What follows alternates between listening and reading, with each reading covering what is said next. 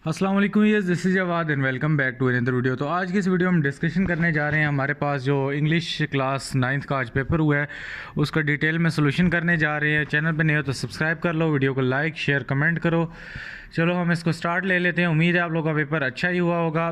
तो मेरे पास जो अभी वक्ती पेपर है ये है हमारे पास सुल्तान अहमद मस्जिद वाला, जिसमें से हम क्वेश्चंस के आंसर को भी देखने जा रहे हैं और इम्पोर्टेंट जो वर्ड्स हैं उनके मीनिंग को भी देखने जा रहे हैं। तो यहाँ पे इम्पोर्टेंट वर्ड के मीनिंग से मुझे जो बात याद आई है वो ये है कि मैंने शायद मीनिंग्स उसमें नहीं ऐड किए। चलो हम देख लेंगे उसको भी। यहाँ पे हमारे पास जो पहला क्वेश्चन आता है that is about summary writing, कि आप लोगों ने समरी लिखनी थी इसकी और उसको सूटेबल टाइटल देना था। तो और दूसरा कहता है कि why Sultan Ahmed mosque is known as the blue mosque, इसको ब्लू मास्क क्यों कहा जाता है। इसके बाद हमारे पास जो आगे क्वेश्चन है इनको भी हम डिस्कस कर लेंगे। तो ये ऊपर से ही आंसर आप लोगों ने देख के लिखना था, अलबत्ता मैं आप लोगों को यहाँ पे भी दिखा देता हूँ। समरी आप लोगों ने ये लिखनी थी भाई, मैं इसको थोड़ा सा जूम कर देता हूँ। तो ये आप लोगों के सामने समरी है, आप लोग इसको एक बार पढ़ लीजिए बेशक, और इसको आप लोग देख लेंगे आप लोगों ने सही लिखी भी है या नहीं लिखी। तो समरी में यही था कि एक जो पैसेज होता है पूरा उसको आप लोगों ने उसकी जो काम की चीज़ें होती हैं उनमें समराइज़ कर देना होता है। जो एक्स्ट्रा डिटेल्स होती हैं, फजूल डिटेल्स होती हैं, उनको आपने क्या काम करना होता है वो नहीं डालनी होती, और ये सारी चीज़ें आपने इस तरह ऐड अप कर देनी होती हैं। इसमें वो यही कहता है कि जो पैसेज है इसमें सुल्तान अहमद मॉस्क के बारे में डिस्कस किया गया है, जिसको हम कहते हैं ब्लू मॉस्क, और ये इस्तांबुल तुर्की में। इसके बाद वो कहता है कि ये हाईलाइट करती है उस दौर का जो हमारे पास क्या था, आर्ट था, और इन सारी चीज़ों को वो हाईलाइट कर रही है। और इसका जो आर्किटेक्चरल स्टाइल था वो क्या कर रहा है, वो जो ऑटोमन एम्पायर है और बजंतीनी थे उनसे इन्फ्लुएंस होके बना हुआ है। And its popularity as tourist attraction due to splendour and unique features. अच्छा, वो कहता है इसके जो यूनिक और खूबसूरती है इसकी वजह से इसकी तरफ टूरिस्ट भी जोक दर जोक खिंचे चले आते हैं। तो ये भी आप लोग लिख सकते हो। इसी तरह आप लोगों ने यहाँ पे इसके जो मीनिंग्स थे वर्ड्स के उनको भी देख लेना था। सेकंड क्वेश्चन में वो यही कहता है कि इसका टाइटल क्या था। हमने इसका टाइटल रख दिया द ब्लू मॉस्क। उसके बाद क्वेश्चन आंसर थे हमारे पास। क्वेश्चन आंसर में हमने जी लिख दिए इसको ब्लू मॉस्क क्यों कहा जाता है, क्योंकि इसके अंदर ब्लू टाइल्स थी जो कि इसके इंटीरियर को क्या कर रही होती हैं, डेकोरेट कर रही होती हैं। तो ये इसका क्वेश्चन था। हमने पहला क्वेश्चन यहाँ पे इसका सोल्यूशन देख लिया, दूसरा भी देख लिया। उसके बाद कहते हैं in whose reign was construction of मस्जिद started and when it was completed. और अगला क्या है, blue mosque was considered as most popular tourist attraction. तो इसमें वो यही कहता है कि ये जो हमारे पास अहमद वन था इसके दौर में, सुल्तान अहमद वन के दौर में क्या हुई थी, ये स्टार्ट इसको कर दिया गया था, और उसके बाद इसको कंप्लीट किया गया था 1616 में। तो उम्मीद है ये भी आप लोगों को क्लियर हो गया होगा। इसके बाद हमारे पास वो कहता है कि टूरिस्ट की अट्रैक्शन क्यों थी थर्ड नंबर क्वेश्चन में। तो टूरिस्ट की अट्रैक्शन इसीलिए ये मस्जिद थी कि हिस्टोरिकल इसकी सिग्निफिकेंस थी, आर्किटेक्चरल मैग्निफिकेंस थी, और इसकी जो यूनिक ब्लू टाइल्स की डेकोरेशन थी। इस वजह से ये जो हमारी मस्जिद है ये क्या है, टूरिस्ट इसको दूर दूर से देखने आया करते थे। तो इसमें आप लोगों ने ये चीज़ें मेंशन कर देनी थी, ऊपर पैराग्राफ से ही देख के लिखना था, कोई इसमें अपने पास से कोई बहुत डिटेल आप लोगों ने नहीं ऐड करनी थी। अच्छा, आगे अगर हम देखें तो क्वेश्चंस में क्या बोलता है हमें कि आर्किटेक्चरल स्टाइल को आपने एक्सप्लेन करना है, और फीचर ऑफ द मास्क कौन सा आपको अट्रैक्ट करता है। और इसी तरह आप लोगों ने हैवी चेन का बताना है कि वो क्यों लटकाई गई थी, और साथ में आप लोगों ने बताना है कि जो अंडरलाइन वर्ड्स थे उनके आप लोगों ने मीनिंग इसमें बता देने। तो इन चीज़ों को भी हम अभी देख लेते हैं। एक सेकंड में इनको ज़रा फिगर आउट कर लूँ और फिर आप लोग को इसको आप लोगों के साथ डिस्कशन करते हैं इसकी। अच्छा, यहाँ पे अगर हम देखें तो आर्किटेक्चरल स्टाइल इसका क्या था।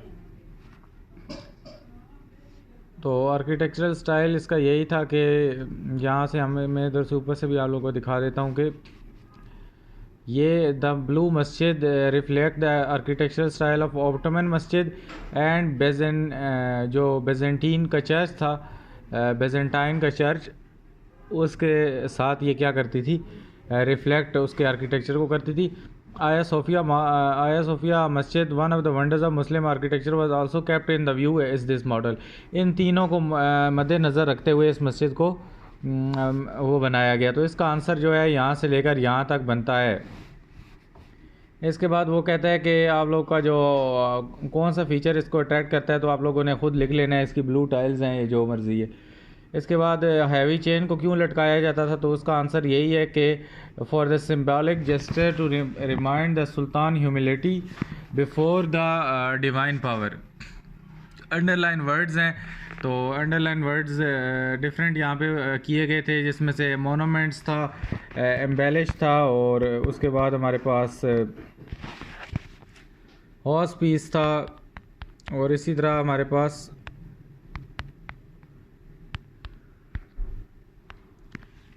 इसके बाद हमारे पास सक्सेसर था, स्प्लेंडर था, और इन सारों के आप लोगों ने क्या करने थे, मीनिंग लिखने थे।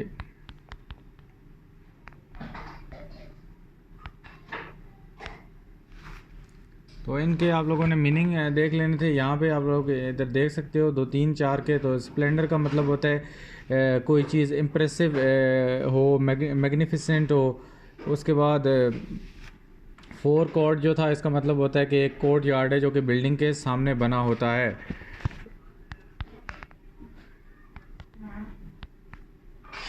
उसके बाद हमारे पास स्प्लेंडर वगैरह हैं, इनके मैं आप लोग को दूसरी तरह इंग्लिश में मीनिंग दिखा देता हूँ। यहाँ पे आई थिंक सो मैं लिखना इनको भूल गया हूँ, तो यहाँ पे मैं आप लोगों को बता देता हूँ। अच्छा, पहले हमारे पास कौन सा वर्ड मीनिंग आता है जी, पहला आता है मोनूमेंट्स। तो मोनूमेंट्स का आप लोगों को पता होना चाहिए कि जो भी बड़े बड़े मुजस्मे वगैरह होते हैं उनको वो कहते हैं, मोनूमेंट कहते हैं। एक स्ट्रक्चर होता है या बिल्डिंग होती है, जैसे कि आप लोग पाकिस्तान मोनूमेंट जाते हो तो वहाँ पे एक बड़ा सा वो बना होता है। तो एक आर्किटेक्चर होता है जिसको मेंटेन करके रखा जाता है, एक बिल्डिंग एक स्ट्रक्चर को कहते हैं। उसके बाद एम्बेलिश्ड, दैट एम्बेलिश्ड इंटीरियर, तो यहाँ पे डेकोरेट इसको आप लोग कह सकते हो, और बस यही कह सकते हो, और क्या कहोगे इसको। उसके बाद जो हॉर्स पीस है, इसका मतलब होता है कि एक मदरसा and hospice. Hospice का मतलब वो होता है कि एक आप लोग को फैसिलिटी वगैरह दी जाती है, केयर सपोर्ट सेंटर जिस तरह होते हैं, या जो लोग बीमार होते हैं उनके लिए एक वो इदारा कायम या एक सेंटर, जिस तरह यूनिवर्सिटीज़ में एक छोटा सा आप लोग का हॉस्पिटल टाइप होता है, हालांकि वो पूरा हॉस्पिटल नहीं होता लेकिन केयर सेंटर होता है। तो स्कूलों में फर्स्ट एड वाला कोई ना कोई वो सीन होता है, तो उसको हॉस्पिस कहते हैं। इसके बाद सक्सेसर का मतलब होता है जो अगला बंदा होगा, फॉर एग्ज़ाम्पल एक बादशाह है तो उसका जो आगे बेटा है वो उसका क्या होगा, सक्सेसर होगा, जो आगे जिम्मेदारी लेने के लिए तैयार होगा, ये लीडरशिप। स्प्लेंडर का जो आगे मतलब आ जाता है, स्प्लेंडर का मतलब होता है कि ब्यूटी, इम्प्रेसिव ब्यूटी, या कुछ इस तरह आप लोग इसको कह सकते हो। अच्छा जी, हम आगे आते हैं पैराफ्रेजिंग में। पैराफ्रेजिंग में वो कहता है कि whose woods are these, I think I know his house is in the village, though he will not see me stopping there to watch his wood fill up with snow. तो इसमें वही daffodil के बारे में वो बोल रहा है। वो कहता है कि मुझे पता है कि ऑनर ऑफ दीज वुड्स, कहता है मुझे पता है, मैं उसको जानता हूँ जिसके ये लकड़ियाँ हैं। वो कहता है लेकिन उसका जो घर है वो विलेज में है, यहाँ पे नहीं है। He won't observe me pausing there. वो कहता है कि मुझे वो यहाँ पे खड़ा हुआ नहीं देख सकता। तो आप इसको इसी तरह लिख सकते हो, पैराग्राफ की फॉर्म में लिखना था, ये आगे मैंने आप लोगों को बता दिया, इसका ये सीधा सीधा सेंटेंस है। उसके बाद जो अगली पोएम आती है, इसमें कहते हैं exceeding the peace he made बैन आदम bold and to and to the presence in the room he said, "What rise though?" The Vian raised its head, and with a look made of all sweet accord answered, the names of those who love the Lord. तो ये मैं ख़ुद पहली बार इसको पढ़ रहा हूँ, तो अभी इसका हम पैराफ्रेज देख लेते हैं। ये मैंने आप लोगों को वैसे करवाई भी नहीं थी, लेकिन जिन बच्चों ने ये की है उनको ये अच्छी लगती है, तो उन लोगों ने तो लिखी होगी, उनके लिए ये। तो इसमें यही था कि जो बेन एडम था, ये क्या था या थी, जो भी था, इसमें वो बहुत ज़्यादा काम फील कर रहा था और उसको करेज मिला और उसने एड्रेस किया जो भी लोग थे रूम में, asking what are you writing, के क्या तुम लोग क्या लिख रहे हो। The vine lifted its head and responded with a gentle expression. तो वहाँ पे जो वीएन था उसने अपना सर उठाया और उसको रिस्पॉन्ड किया एक जो जेंटल, आप उसको कह सकते हो एक नरम एक्सप्रेशन, फेशियल एक्सप्रेशन दे के क्या कहा, I am jotting down the names of those who have affection for almighty. उसने कहा कि मैं उन लोगों के नाम लिख रहा हूँ जिनको अल्लाह ताला से प्यार है। तो हम आगे चले जाते हैं जी स्टेंजा के एनालिसिस वगैरह पे। एनालिसिस इसका कर लेते हैं। उसमें कहता है कि continuous as the star that shine and the twinkle on the milky Way, they stretch in a never ending line along the margin of the bay, 10,000 saw I at a glance, tossing their head in a sprightly dance। तो rhyming scheme इसकी पहले लिखनी थी, आप लोगों को सिखाई थी, प्रॉपरली वीडियो अपलोड की थी कि शाइन लाइन एस दोनों को ए देंगे, वे और बे को बी दे देंगे और इसको सी दे देंगे। तो इसकी rhyming scheme double A B double C बनेगी। उसके बाद कहता है डैफोडिल को स्टार के साथ कंपेयर क्यों किया, और टू लिटरेरी टेक्निक्स, ये बच्चे गलत कर रहे हैं ज़्यादातर, उनको ये पता नहीं था कि ये क्या होता है। तो लिटरेरी टेक्निक्स का मतलब होता है कि लिटरेचर के अंदर जो टेक्निक्स होती हैं, तो इस लिटरेचर के अंदर वही सिमली पर्सोनिफिकेशन वगैरह आई थी, और क्या था इसके अंदर। तो राइमिंग स्कीम इसकी क्या हो गई, double A B double C. तो डबल ए तो नहीं होगी, एक मिनट देख लेते हैं दोबारा। इसकी राइमिंग स्कीम होगी ए बी सी। तो इस तरह आपने लिखनी है, या यहाँ पे आगे पीछे मिक्स हो गया, ए बी, इधर बी नहीं डालना मैं भूल गया हूँ, ए बी सी। ये इसकी होगी। वो फिर कंपैरिजन क्या करता है दूसरे क्वेश्चन में कि the daffodil are compare to star in term of continuous and long spread. जिस तरह आप लोग सितारों को देखते हो कि वो आसमान पर फैले होते हैं, जहाँ तक आपकी नज़र जाती है वो स्प्रेड हुए होते हैं। And similar to the shining of twinkle star in the milky way, जिस तरह मिल्की वे के अंदर स्टार्स शाइन कर रहे होते हैं, इसी तरह डैफोडिल्स पे जब सूरज की रोशनी पड़ती थी तो वो भी चमक रहे थे। अच्छा, लिटरेरी टेक्निक्स में आप लोगों ने जो इसके अंदर दो थी वो सिमली थी। सिमली में यही था कि आप कंपैरिजन करते हो डैफोडिल का स्टार से, continuous as the star as shine, ये लाइन थी।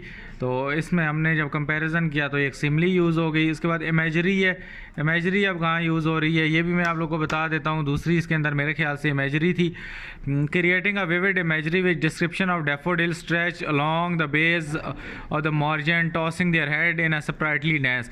आप जब ये कहानी पढ़ते हो आप लोग के आंखों में एक तस्वीर बनती है, इमेजरी कहते हैं कि आप लोग रीडिंग कर रहे हो तो आपके जहन में तस्वीर चीज़ की बन रही हो कि डैफोडिल्स उसी तरह है जिस तरह आपके सामने आसमान की तस्वीर बनती है जहाँ पे तारे और ये सब कुछ होता है। बाकी अगर आपने कोई उसमें फ़िट किया तो उसकी रीज़न आप लोगों ने देनी है तो वो भी ठीक है।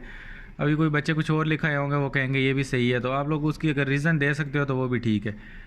अच्छा, इसमें हमारे पास वो जो दूसरी पोइम है, दूसरी पोइम को मैं क्या कहता है कि be still sad at the heart and seas ripening, behind the clouds is the sun still shining, the fate is common fate of all, into each life some rain must fall, some days must dark and dreary।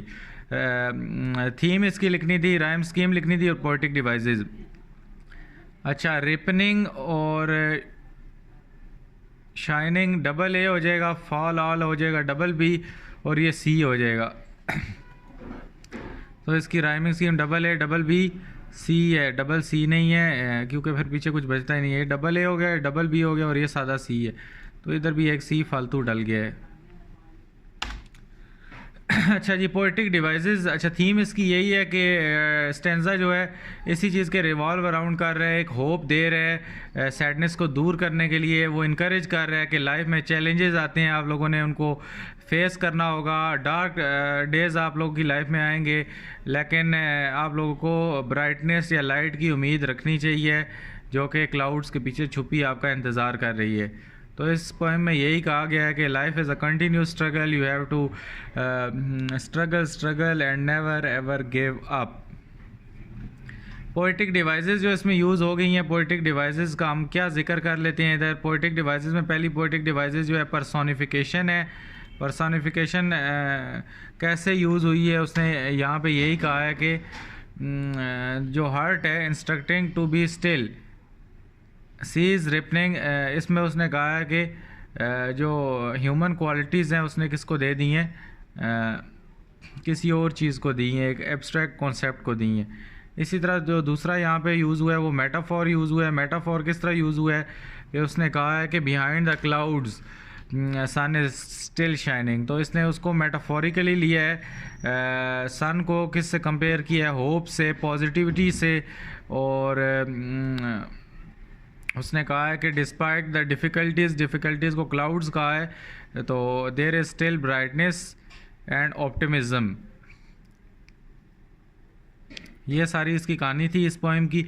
ये poem मैंने आपको नहीं बताई थी, सिर्फ ऊपर वाली पहली पोएम बताई थी, वही आपने करनी है। क्वेश्चन 4 का ए पार्ट हमारे पास आ गया है, जिसमें वो कहता है कि क्रिकेट वॉज प्लेड हमारे पास आ जाएगा।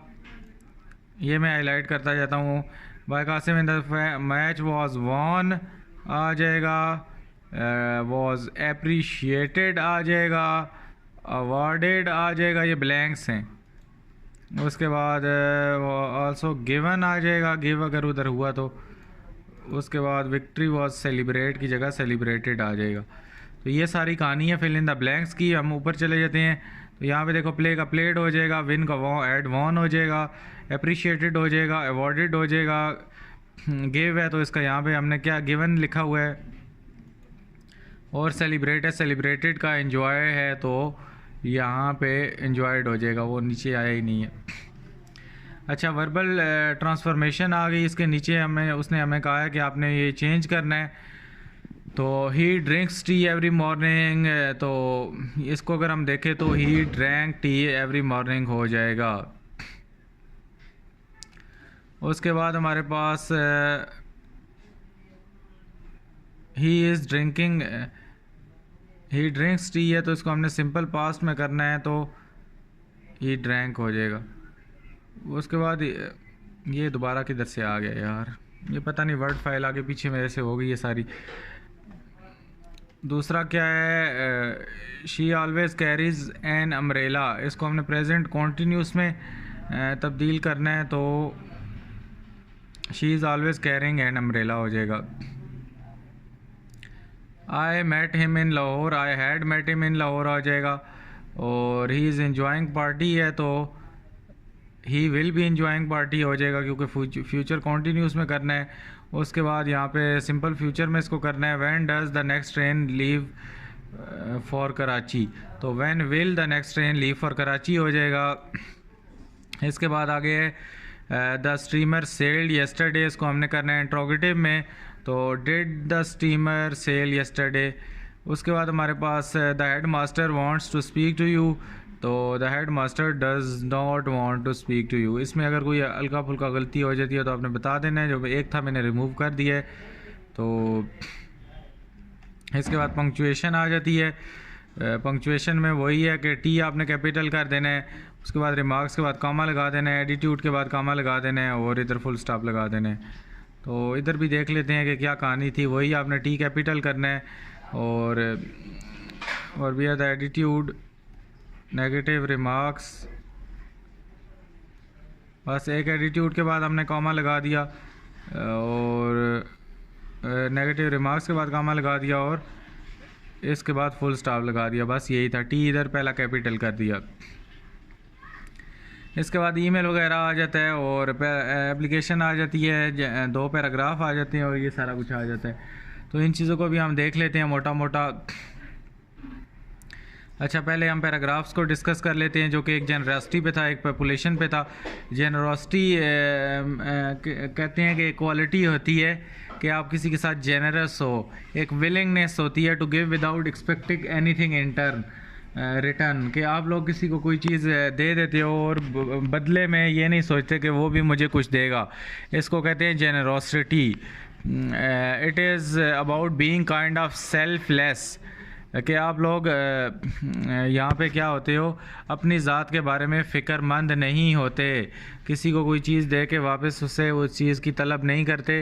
Weather it is donating money to those in need, offering assistance to someone struggling, कि आप किसी को पैसे दे रहे हो, उसकी मदद कर रहे हो, तो जहन में ये ना हो यार कल को ये भी मेरी मदद करेगा या मैं भी इससे पैसे वापस ले लूँगा।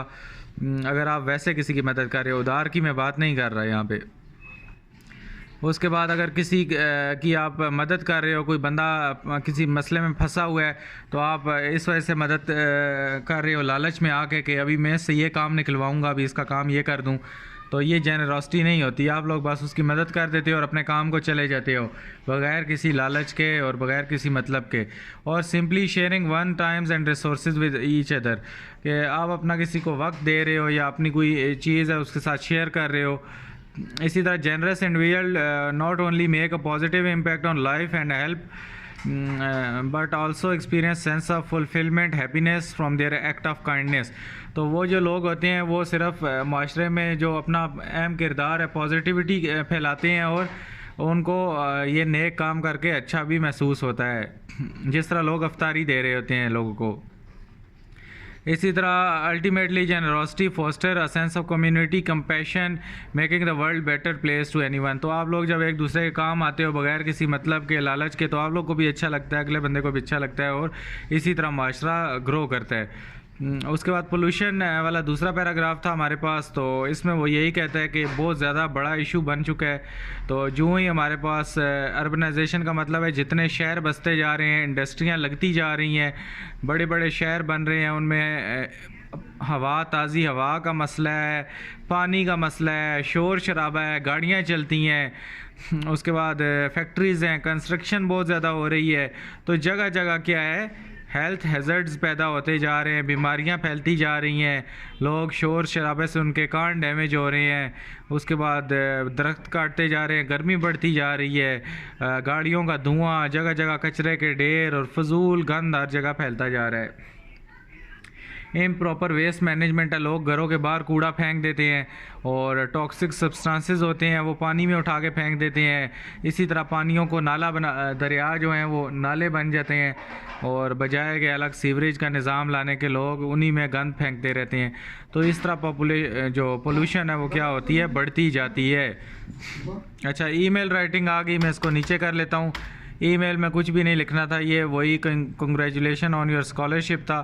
तो इसमें आप लोगों ने यही लिखना था, डियर सिस्टर, जो भी उसका नाम था अगर आपने लिखना था लिख दो, या तो इसी तरह ब्रैकेट डाल के सिस्टर नेम डाल देना था। I hope this email find you well, I just wanted to take a moment to send my heartfelt congratulations to you on receiving the scholarship. I'm incredibly proud of your hard work, dedication, and remarkable achievement you have accomplished. Getting a scholarship is no small feat. It's a testament of your academic excellence, perseverance and commitment to your education. तो इसमें आपने कहानियाँ डाल देनी थी। इसी तरह आपने बोलना है कि स्कॉलरशिप सिर्फ यही नहीं होती कि आपने पढ़ाई में अच्छे नंबर लिए हैं, यह आपका पोटेंशियल रिफ्लेक्ट करती है, आपके फ्यूचर को रिफ्लेक्ट करती है कि आप कितने डेडिकेटेड हो, ये कहानियाँ डालनी थी आपने। इसके बाद आप ये भी लिख सकते हो कि उसके एफ़र्ट्स को एक्नॉलेज करो कि मैं आपके एफ़र्ट्स को मुझे पता है आप इतनी मेहनत कर रही हो और उसके बाद आप ये चीज़ डिज़र्व करती थी, और ये सारी कहानियाँ आपने डाल देनी थी। ये देख सकते हो। अगेन आखिर में उसको कंग्रेचुलेशन कर देनी है और लॉट ऑफ विशेस दे देनी है, तो बस कहानी को क्लोज़ कर देना है। अच्छा, यहाँ पे आ जाता था एजुकेशनल ट्रिप वाली एप्लीकेशन, वही रिस्पेक्टेड प्रिंसिपल डालना था या प्रिंसिपल का नाम लिख देना था, कुछ भी, तो रिस्पेक्टेड प्रिंसिपल ही लिखना था। उसको यही कहना था, I hope this fine letter, जो भी था, या I hope you are fine, I am also fine sir.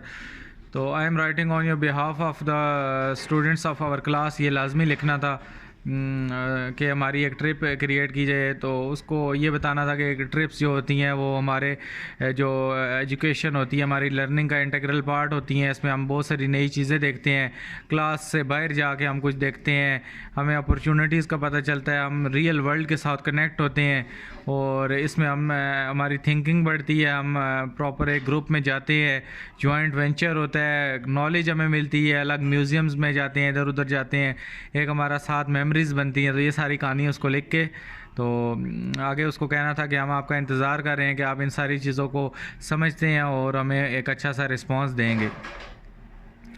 Again हमारे पास डायलॉग राइटिंग आ जाती थी। डायलॉग राइटिंग में इधर हमारे वो क्या कहता है कि importance of sports for a healthy life. तो अगेन पहला बच्चा जो है वो उसको ये कहता है कि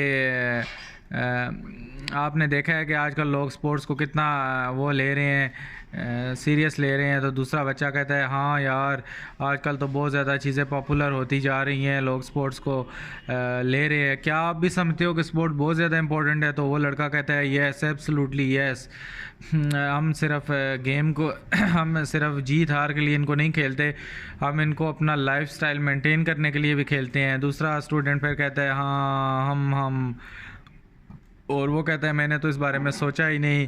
तो फिर जो स्टूडेंट वन की बारी आ जाती है वो कहता है कि स्पोर्ट्स हमें फ़िज़िकली फ़िट रहती हैं, हम रनिंग करते हैं, स्विमिंग करते हैं, सॉकर वगैरह खेलते हैं, इससे हमारी बॉडी स्ट्रांग होती है। वो कहता है कि हाँ यार तुम तो ठीक कह रहे हो, लेकिन मेंटल हेल्थ का इससे कोई ताल्लुक भी होता है? तो स्टूडेंट वन वो कहता है हाँ भाई बहुत अच्छी बात की, समझदार हो रहे हो तुम भी दिन ब दिन, इससे हमारा माइंड अच्छा होता है, स्ट्रेस रिलीज़ होती है, मूड अच्छा होता है, सेल्फ इस्टीम बढ़ती है और लीडरशिप क्वालिटीज़, टीम वर्क और ये सारी चीज़ें, डिसिप्लिन पैदा होता है स्पोर्ट्स से। स्टूडेंट टू कहता है वाह यार मैंने तो ये कभी सोचा ही नहीं था, अब मैं भी खेलूँगा, मेरा तो पेट निकल आया है। तो यहाँ पे जो स्टूडेंट वन होता है वो कहता है यही तो जज्बा है मेरे दोस्त, आज से दोनों रनिंग पे साथ जाएंगे, और सुबह वो दोनों नहीं उठते और सोए रहते हैं। तो ये आपने लिख देना था सारी कहानी। तो इसके बाद ट्रांसलेशन आ गई थी उर्दू में, इसको मैं नीचे कर लेता हूँ, ये असल में वर्ड फाइल होती है इधर उधर हो जाती है, इसलिए PDF चीज़ का बना लिया करो।